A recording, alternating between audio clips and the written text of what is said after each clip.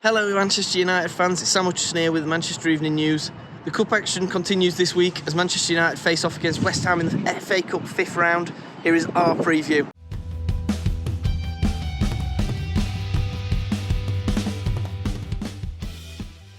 The last time Manchester United did not make it past the 5th round was 05-06 season, and I mean, that's a long time, Manchester United fans. However, West Ham's win last weekend, their 4-0 win in the Premier League, was their first Premier League win since October. So it could be a complete anomaly, or it could be the start of some decent form for the Hammers. Rotation is going to be key for Erik Ten Hag in this game.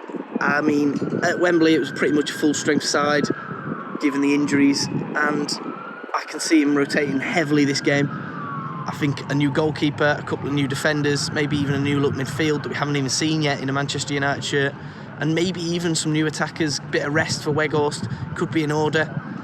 I mean, it's only the FA Cup 5th round, it's not really that important, and West Ham have their own injury problems, which we'll get onto later. But I mean, I'd go for sort of Dalot was Man United's worst player at Wembley. Aaron Wan-Bissaka should really come in for him, but I mean, it might be a chance for Dalot to get his feet back on the ground, so it's hit or miss there. We could see a new face in net for Manchester United, as David De Gea has played a lot of football this season. Man United do have two capable deputies waiting in the wings, in Tom Heaton and Jack Butland, so maybe one of them starts this game and gets, I mean, it'd be Jack Butland's debut in a Manchester United shirt, and I mean, David De Gea really does need a rest. Erik Ten Hag has surprised me with his midfield selection of recently, but it's really paid off. Fred's been great next to Casemiro. Next to Sabitzer, he wasn't that class, but next to Casemiro, he's been really good. But it could be a new look midfield for Manchester United, with sort of Casemiro playing a lot, Fred playing a lot, and we haven't even seen Sabitzer next to Casemiro yet. Could it be his chance to get his first start next to Casemiro, where he can really show off his talents? Probably. Fernandes will probably start again. Manchester United don't really have a replacement there, with Donny van de Beek's long-term injury, and Christian Eriksen's also out long-term, really, isn't he? So I can't really see Fernandes being dropped, and he's so influential on the way Man United play. He carries the team, and he's pretty much been the club captain this season because Harry Maguire's barely played. So I think Fernandes will start again. In attack, Antony has been really good in recent weeks. He came off the bench against Barcelona as he returned from injury, and he was really good. He scored that fantastic goal, and then he ran rings around Dan Burn, Newcastle's left back, on Sunday. I mean, he should really start again, get his match fitness back up to 100%. And then Weghorst really needs a rest. Anthony Martial's expected to be missing again, but Weghorst started every single game since he joined Manchester United, and he put so much effort in. He cannot be at 100% fitness right now.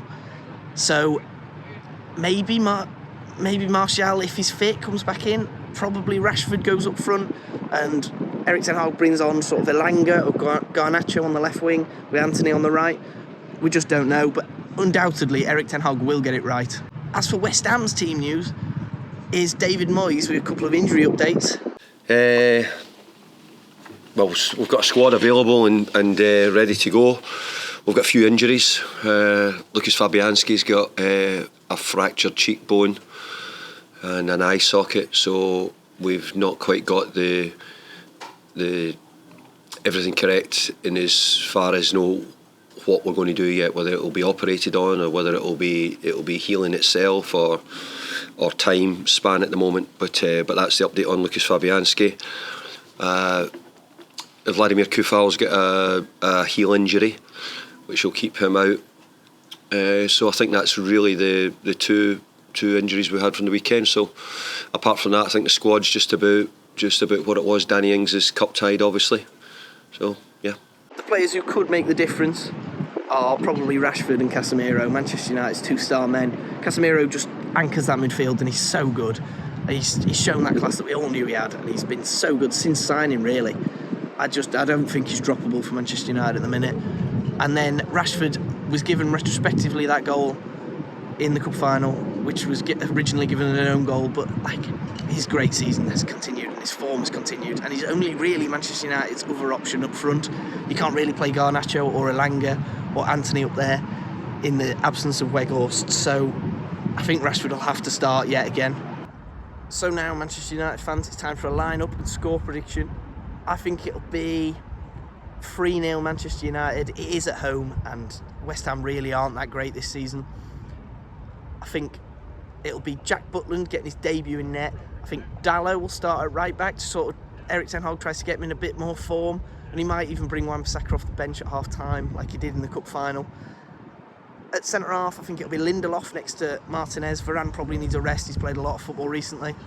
And then at left back, I think it'll be Tyrell Malacia, who was unlucky to not get on the pitch in the cup final. But at defensive midfield, I think it'll be Casemiro next to Sabitzer, and Bruno Fernandes just ahead of them, sort of making that new look midfield for Manchester United. And then in attack, I'd go Anthony on the right, Rashford up front, and then Elanga on the left. I think he's not played much football recently, and maybe this is his chance to sort of push himself into Erik Ten Hag's thinking a bit more for the rest of the season at the very least. What do you think might happen, Manchester United fans? Make sure to let us know in the comments. Keep it locked to the Manchester Evening News for any more Manchester United updates, and see you next time.